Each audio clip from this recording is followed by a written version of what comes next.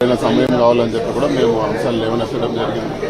So ఈ రాబో session సవ్యంగా నడుస్తుందని చెప్పి కూడా మేము ఆశిస్తున్నాం. ఖచ్చితంగా ఈ విషయాలన్నీ కూడా రాష్ట్ర ప్రజల తరఫున మేము పార్లమెంటరీ ఇవన్నీ కూడా లేవనెత్తానని చెప్పి కూడా తెలియజేస్తాం. ఇదివరకే మేము మహిళా రిజర్వేషన్ బిల్లుకు మేము సపోర్ట్ చేయడం జరిగింది. మహిళా రిజర్వేషన్ బిల్లు ఏ విధంగా వచ్చినా ఎప్పుడు వచ్చినా కూడా మా లీడరు జగన్మోహన్ రెడ్డి గారు సపోర్ట్ చేస్తామని చెప్పి మాట ఇవ్వడం జరిగింది. ఖచ్చితంగా మేము మహిళా రిజర్వేషన్ బిల్లుకి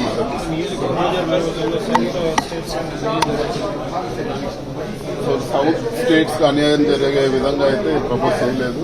ప్రపోర్షనేట్ గా 50% సీట్స్ పెంచుతామని చెప్పి మాకు ప్రామిస్ చేయడం జరిగింది. కాబట్టి అదేవిధంగా అయితే అక్కడ కూడా నష్టం జరిగే పరిస్థితులు ఉన్నామని చెప్పి కూడా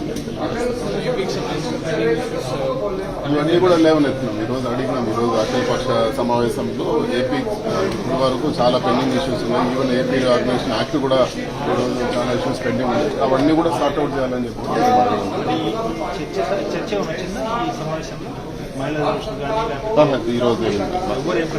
ఈరోజు మహిళా రిజర్వేషన్ బిల్ అయితే ప్రస్తుతానికైతే లిస్ట్ లో లేదు. రెండు ఒకటే వస్తాయి. మహిళా రిజర్వేషన్ డిలిమిటేషన్ లేదు. ఈరోజు ఇప్పుడైతే ఈరోజు పెట్టిన లిస్ట్ లో అయితే లేదు. బట్ మేము డిఎస్సీ పేపర్ లీక్ స్కామ్ కానీ డిఎస్సీలో జరిగిన అవకతవకల గురించి మేము లేవనెత్తాము. వాటి గురించి ఖచ్చితంగా హౌస్ లో మేము దానిపైన మేము మాట్లాడడం